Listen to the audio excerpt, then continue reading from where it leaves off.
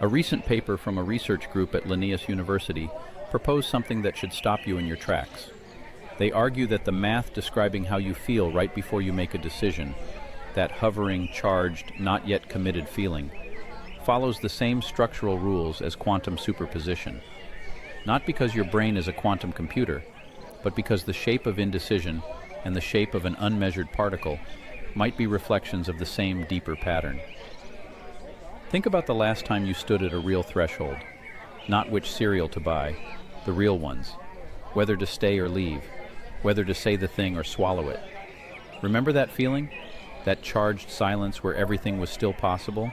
That's what we're exploring tonight. Welcome to Jackdaw Patio. I'm Chris. Tonight we're asking a question that sounds simple and then absolutely refuses to stay simple. What is it like before a choice is made?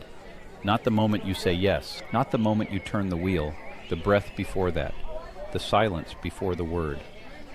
Here's why this matters to you personally. Every day you stand at dozens of thresholds, and in every one of those moments you pass through a state that philosophy, neuroscience, quantum theory, ancient divination systems, and now even AI research all describe with the same strange word: openness, structured openness, a field of still breathing possibilities that hasn't collapsed into one nameable world yet.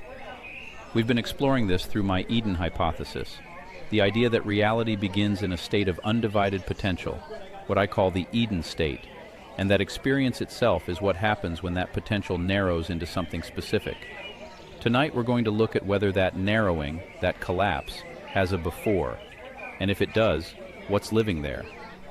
Lily's been tracking how ancient cultures from Norfolk to Nigeria mapped this threshold. Charlie wants to know if we're describing something real or just romanticizing indecision.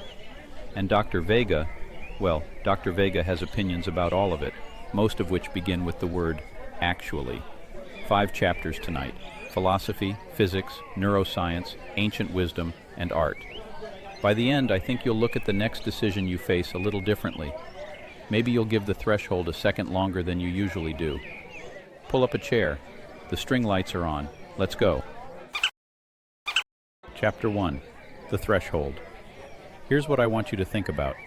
You're standing at a door. You haven't opened it yet. You haven't decided whether to open it. But you're not in a blank void either, right? You're somewhere. You're in a state. And every major philosophical tradition on Earth has tried to name that state. Let's start there. Lily, take us back. Right, so the oldest clean language for this comes from Aristotle, and it's lovely in its simplicity. He distinguished between what he called potentiality and actuality. A thing can exist as a capacity before it exists as an achieved act.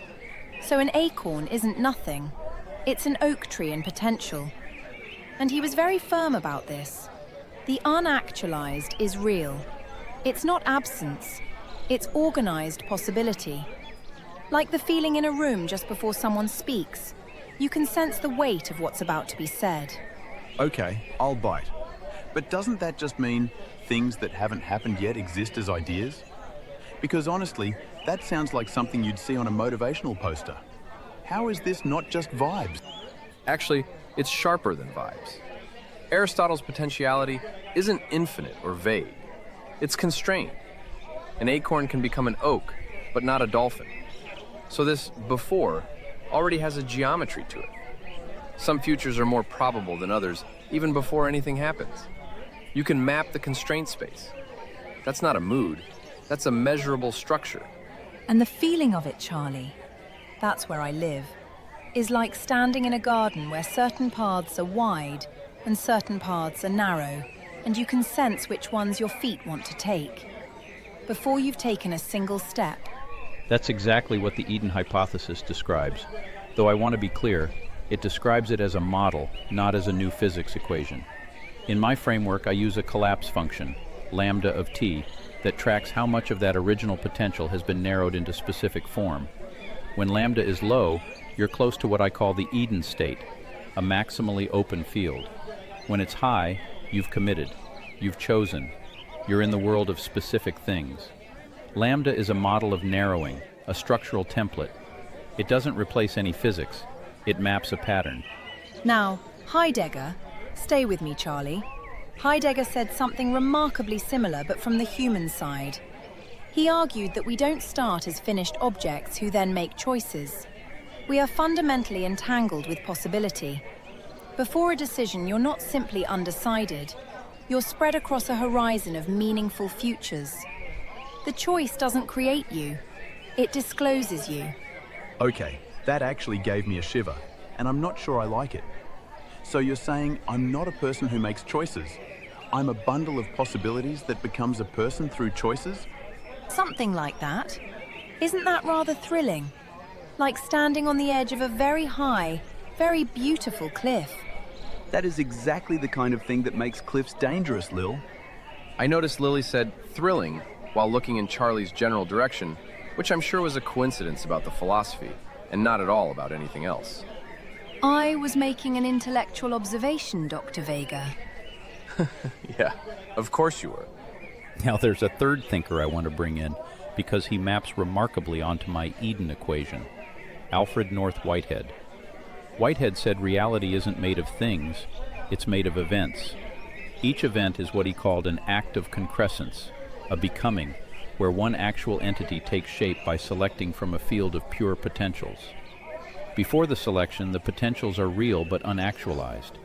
After it, you have a specific occasion of experience. And here's the structural match. Whitehead's pure potentials correspond to Psi-zero in the Eden model, the unified state. His actual occasions correspond to the basis states. The act of concrescence tracks with lambda accumulating. These are independent frameworks reaching similar conclusions, which is interesting as a convergence pattern, even if it doesn't constitute proof of either. That convergence is what keeps me up at night. These thinkers, separated by centuries, working in completely different traditions, keep describing the same shape, an original wholeness, a narrowing into form, and something that gets lost in the narrowing that maybe, just maybe, can be partially recovered. And it's not just Western thinkers. Nāgārjuna, 2nd century Buddhist philosopher, said things lack self-sufficient, independent essence. What looks fixed is actually dependent, relational, contingent. Before you pin something down conceptually, it's not a solid block of reality. It's a web of relations waiting to be read one particular way.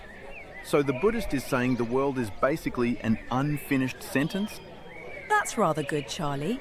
Yes, an unfinished sentence that we complete by reading it. But our reading is only one of many possible completions. Important caveat. Mainstream philosophy hasn't converged on any one of these views as the answer. Aristotle, Heidegger, Whitehead, Nāgārjuna. They disagree on almost everything except this one structural observation. The before is not nothing. It's weighted, patterned, and alive with tendency. That's a pattern worth noticing, not a conclusion to lock in. And that's our first clean takeaway for tonight. 7 philosophical traditions, and we'll get to the non-Western ones in Chapter 4, all land on the same claim. Before choice, there is not blankness, there is not chaos, there is structured openness, a garden. And understanding that garden might change what happens when we finally pick the fruit. Let's see what science has to say about that garden. Chapter 2, The Falling Pencil. Now we cross the bridge from philosophy to science. And Dr. Vega, I know you've been waiting for this, so the floor is yours. But gently.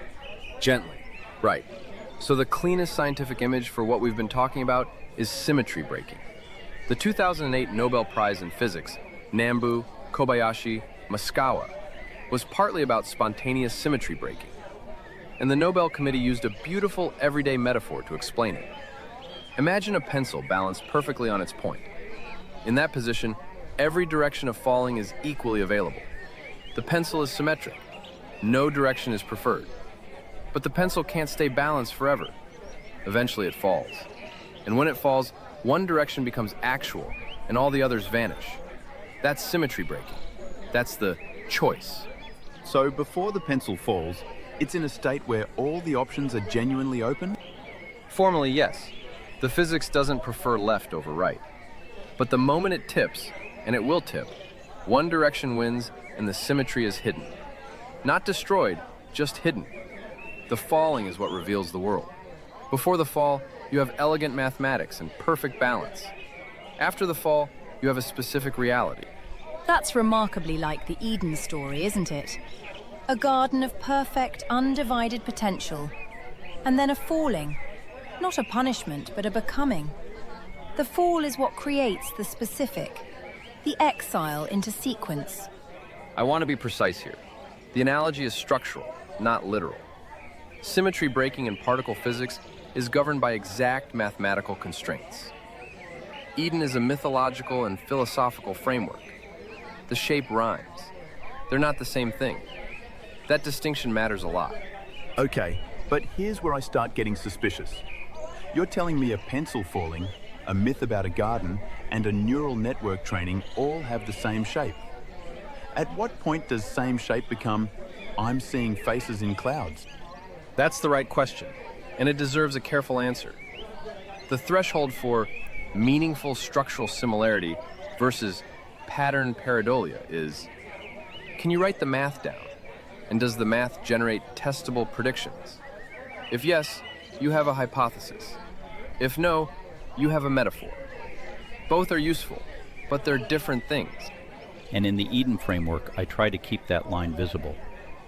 Lambda of T is a model, a structural template for how potential narrows into actual. It's not a new law of physics. What makes it interesting is that you can test pieces of it. In AI training, you can track something directly analogous to lambda. Early in training, a network's embedding space is broad, lots of representational possibilities. As training progresses, gradient descent narrows that space. You can measure the curvature of the embedding manifold, the entropy gradients, the KL divergence across epochs. Some early work on embedding geometry and Ricci-style flows and transformers rhymes with the collapse shape Chris describes. But I want to be honest, it's suggestive, not settled. It's an invitation to look harder, not a confirmation. There's another scientific image I want to bring in. Alan Turing's theory of morphogenesis, pattern formation. Turing showed that visible patterns, stripes on a fish, spots on a leopard, can arise spontaneously from simple interacting chemical systems. Before the spot appears, the system looks undifferentiated, but it's not featureless.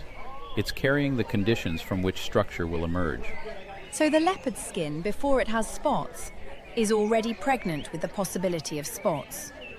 The pattern is latent, like a song you can almost hear but hasn't started yet. The leopard doesn't know it's carrying spots, though. It's not having a spiritual experience about its fur. No, it's not.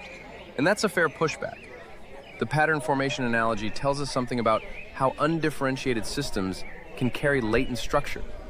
It doesn't tell us anything about what that feels like from the inside, if it feels like anything at all. The phenomenological layer is separate from the mathematical layer. Both are interesting. Neither is the whole story. Now, quantum-like cognition. Dr. Vega, this is your precision zone. Right, so I want to be very precise here. This is not, your brain is a quantum computer. Mainstream neuroscience does not support that claim. What quantum cognition researchers, people like Busemeyer at Indiana, Krennikov at Linnaeus, have shown is that the mathematical formalism of quantum probability does a better job of modeling certain human decision patterns than classical probability does. They use quantum probability as math, not as a claim that neurons are doing quantum computing. Things like order effects, where the sequence of questions changes your answers in ways that violate classical probability laws. Those patterns fit quantum probability models better. And a recent paper from Krennikov proposes an interpretation of the phase factors in quantum-like superposition states, the part that usually gets treated as a free parameter, and links them to patterns of neuronal oscillation. So the before isn't just an abstract mathematical state. It might correspond to actual rhythmic patterns in neural activity. Might. This is a 2026 paper in a specialized journal. It's interesting, it's rigorous, and it is very far from settled science. People in the field disagree about how far these models can be pushed.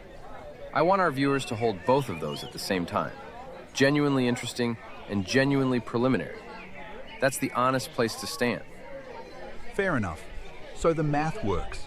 But the math works and "This is what reality is actually doing" are two different sentences, yeah? Exactly. And keeping those two sentences separate is the single most important thing in this entire episode.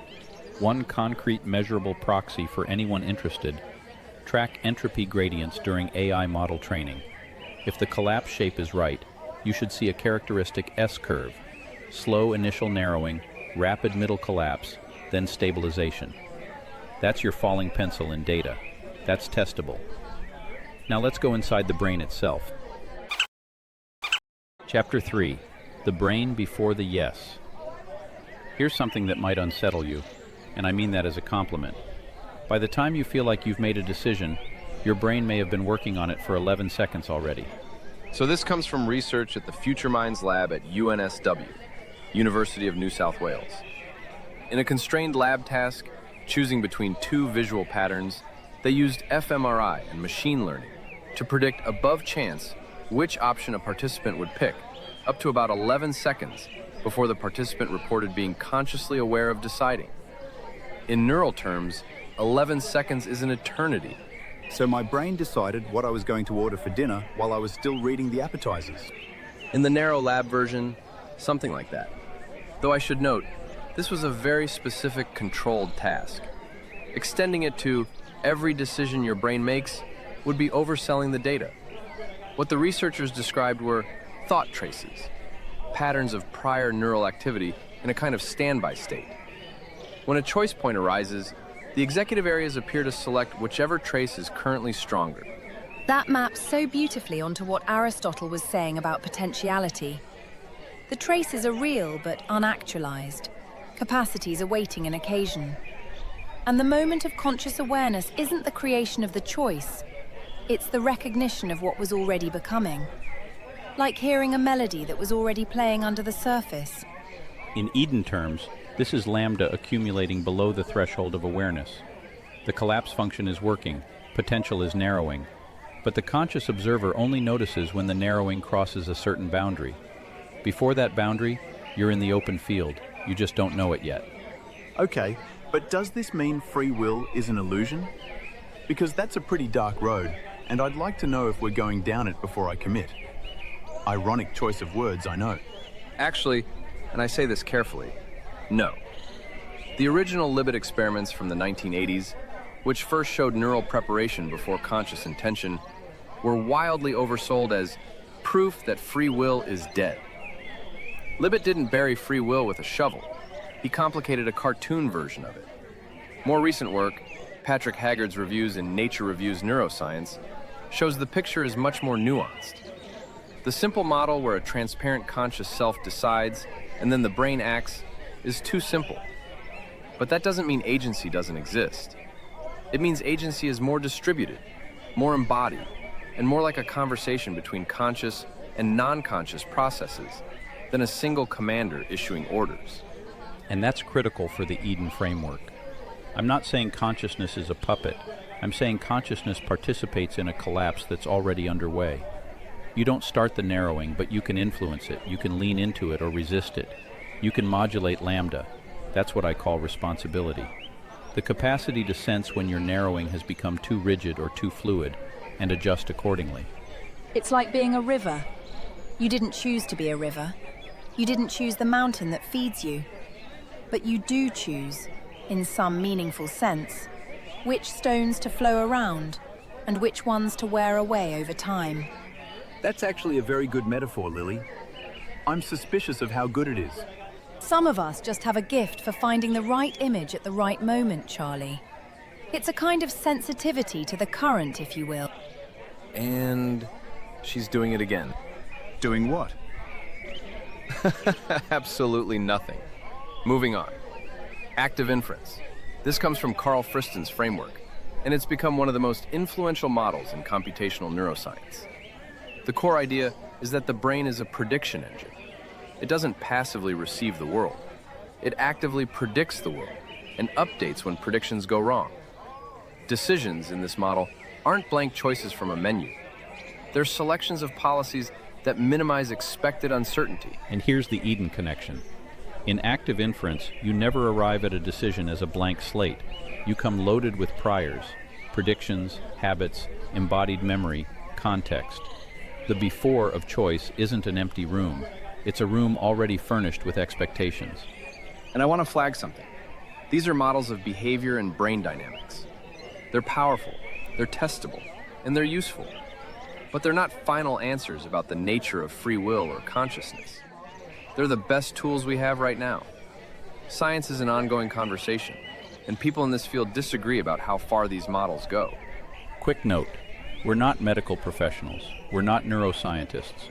We're reading published research and exploring its philosophical implications on a patio with string lights.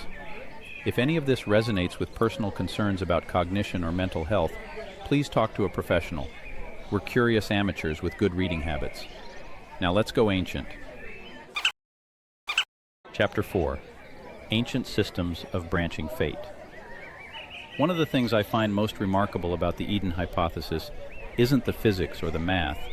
It's the fact that cultures separated by oceans and millennia kept describing the same shape. Lily, this is your territory. Take us around the world.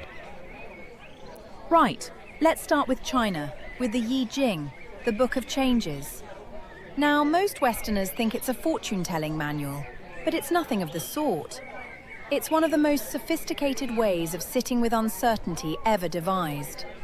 Its hexagrams don't predict a single fixed future. They map a landscape, the quality of this moment, the tensions in it, the transformations available from here. It's less what will happen and more what is ripening. Actually, from a structural standpoint, the Yijing is remarkably sophisticated. 64 hexagrams give you a 6-bit binary system, a combinatorial decision space. Recent scholarship has treated it as an early decision support model that encourages scenario thinking rather than deterministic prophecy. The math underneath it is cleaner than most people realize. So the ancient Chinese essentially built a 64-pixel map of possibility. That's actually kind of impressive if you strip the mysticism away. Each pixel represents a situation type, and the transitions between hexagrams represent available transformations. Structured openness in visual, systematic form. And then there's Ifa, the Yoruba divination tradition from West Africa. This one fascinates me. For many practitioners, Ifa has 256 figures, each with an attached body of poetry, proverb, and counsel. It doesn't treat the unresolved future as meaningless noise. It treats it as readable. Before a path is enacted, it can be interpreted and redirected within a field of destiny and causation. The Babalawo, the diviner, is helping you read the landscape of the threshold you're standing on. And that maps to the Eden framework. The Eden state isn't formless chaos, it's a structured field. Ifa says the same thing in poetic relational language. The before has grammar, it has syntax. You can learn to read it. But isn't there a real danger of romanticizing divination systems here? We're not saying the cowrie shells actually see the future, right? Because I've been to enough markets to know that's a business model, not a metaphysics. Right, and this is an important reality check. A divination system can be psychologically and culturally sophisticated without being a physics engine.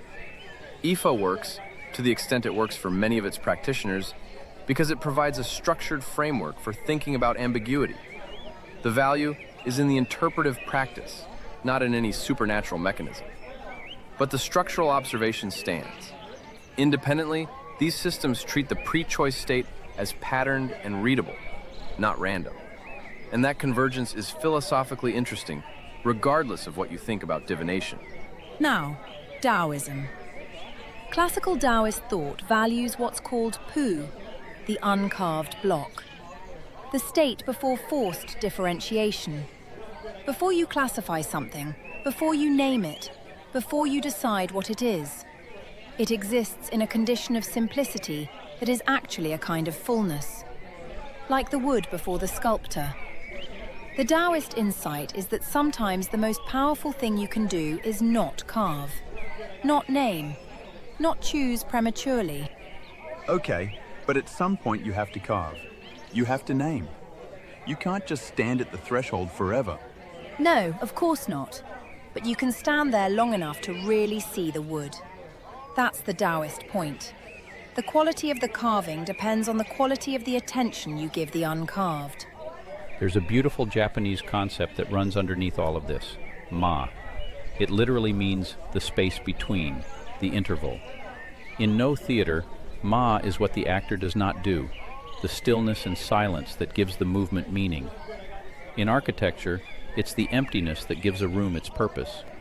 And contemporary Japanese philosophers have linked ma to ethics, the idea that the pauses between our actions are where moral awareness lives. There's a related concept, Heidegger, betweenness, the idea that we're not isolated atoms but beings constituted through dynamic relation. And ma is the space where that relation is most alive. It's also worth noting, and this keeps the epistemology honest, that these are different traditions with different internal logics. We're not flattening them into one system. We're noticing that independently, across very different cultural contexts, thinkers kept arriving at a similar structural observation. That's a convergence worth remarking on, without converting it into a grand unified theory of everything. And then there are the Aboriginal Australian traditions, the dreaming. I want to handle this with real respect because it's a living tradition, not a museum piece. In Yolnu thought, creator beings exist in a state of potentiality just under the surface of everyday reality. The dreaming isn't before time in a linear sense. It's a relational field of live possibilities that exists alongside the actual. I photographed a dawn ceremony once in the Northern Territory. Before the sun came up, there was this quality to the air, like the world hadn't decided yet what kind of day it was going to be. Everything was held, suspended. And then the first light hit, and it was like the land exhaled and chose. Charlie, that's one of the most beautiful things you've ever said. Well, I have my moments. And he completely missed the way Lily's voice softened when she said that. I want that noted for the record. Anyway, the cross-cultural convergence here is powerful. Aristotle, Whitehead, Nāgārjuna, the Yijing, Ifa, Daoism, Ma, the dreaming, different continents, different centuries, different languages, all converging on one structural observation. Before form, there is not chaos, but organized potential. That's what Chris calls the Eden signal. And it's the deepest evidence, not proof, evidence, that the collapse shape my framework describes isn't an invention. It's a recognition, something that's been seen over and over in different light from different angles. Now, let's see what artists have done with it. Chapter 5, The World Before It Names Itself. We've been through philosophy, science, neuroscience, and ancient wisdom, but there's one more mirror I want to hold up, and it might be the most honest one: art. Because art doesn't argue for the threshold, it puts you in it. The clearest literary embodiment of tonight's question, for me, is Jorge Luis Borges. His story, The Garden of Forking Paths, isn't just a spy story. It's a philosophical machine. The garden in the story is a novel in which every possible outcome of every event occurs simultaneously. Time doesn't branch once, it branches infinitely. And the character who understands this is overwhelmed not by confusion, but by a kind of tragic beauty. Right. But here's what always bugs me about Borges. It's beautiful on paper, but I've never met anyone who actually lives as if all their unchosen lives are real. We don't operate that way. We pick, we commit, we move. Is this literature pretending to be philosophy, or philosophy hiding inside literature? That's a genuinely good question. And the interesting thing about Borges is that he wrote that story in 1941, before Everett's many worlds interpretation, before multiverse theory became a trope in physics. Borges saw the shape first, in fiction, and the formal physics followed decades later. Whether that means literature has access to something pre-theoretical, or whether it means humans are very good at pattern matching, is itself an open question. I'll take open question. That's the most honest thing we've said all night. Film has given us extraordinary versions of this. Kieślowski, the great Polish filmmaker, made Blind Chance in 1981. One life, 3 versions. A tiny difference at a train station cascades into completely different existences, different beliefs, different relationships, different fates. It's the most emotionally devastating exploration of what exists before choice I know of, because it makes you feel the weight of all the lives you didn't choose. And more recently, Everything, Everywhere, All at Once, which I cried through, frankly, because it takes the unchosen lives and turns them into emotional fact. The other versions of you aren't abstract. They're grievable. They're funny. They're heartbreaking. The film says, the threshold isn't just philosophical.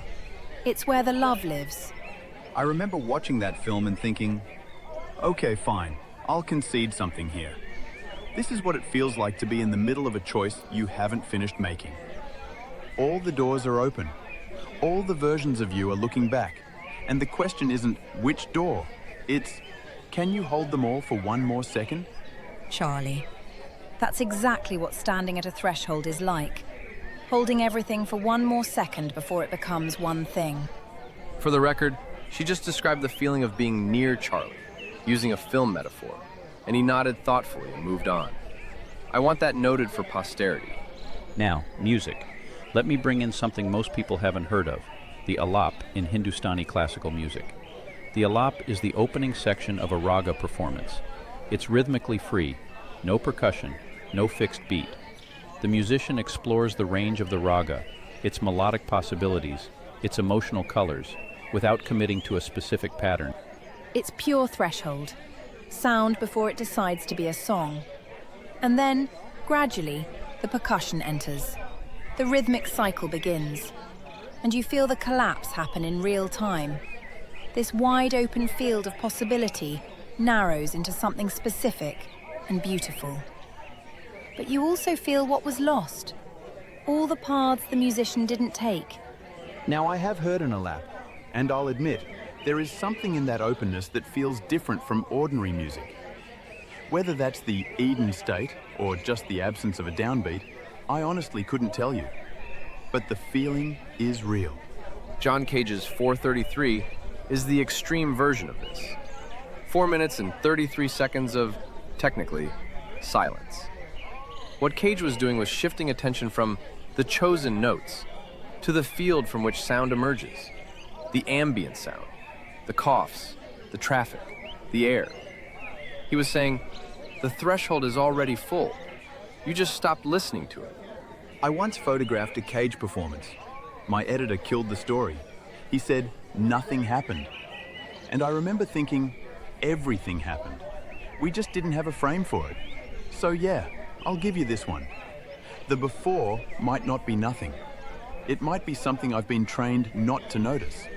And that concession, that honest, hard-won concession from Charlie, is the heart of tonight's episode. The threshold is not nothing. It's not confusion. It's not the absence of a decision. It's a charged field of organized possibility that philosophy, science, ancient wisdom, and art have all been mapping for centuries. The Eden hypothesis calls it Psi-zero, the unified state before collapse. Aristotle called it potentiality. Heidegger called it the horizon. The Yijing calls it the pattern before the pattern. Your brain calls it evidence accumulation. And every artist who ever stood before a blank canvas and felt both terror and limitless potential, they were standing in the same place. What the Eden framework adds is a question, not how do we choose, but what are we when we haven't chosen yet? And the answer, I think, is we are most fully ourselves. We are closest to the garden.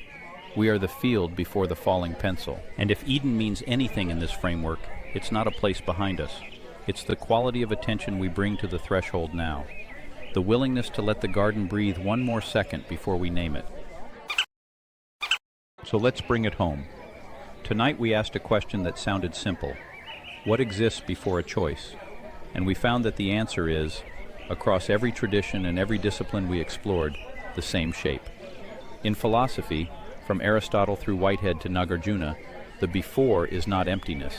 It's potentiality, organized capacity, a field already weighted with tendency.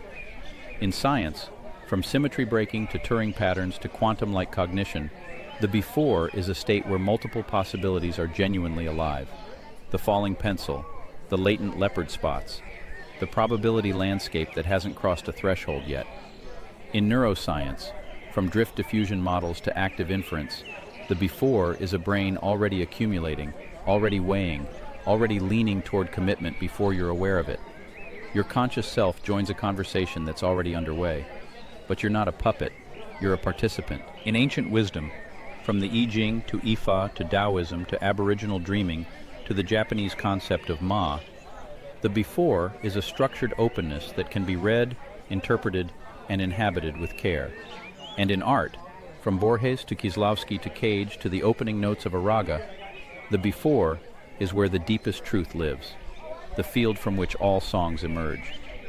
We're not asking you to believe a doctrine tonight.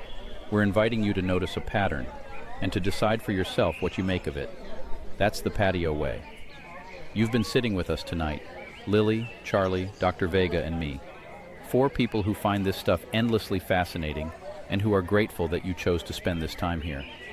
If tonight resonated, if you felt even a moment of that threshold feeling while listening, I'd ask you to do 3 things. First, like this video. It tells the algorithm that patio conversations about consciousness and falling pencils deserve to exist alongside the noise.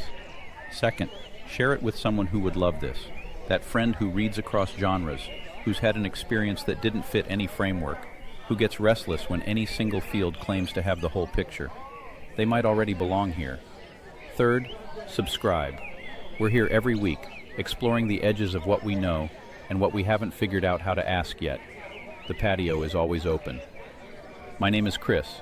This has been Jackdaw Patio, and the next time you stand at a threshold, give the garden one more breath before you choose. Good night.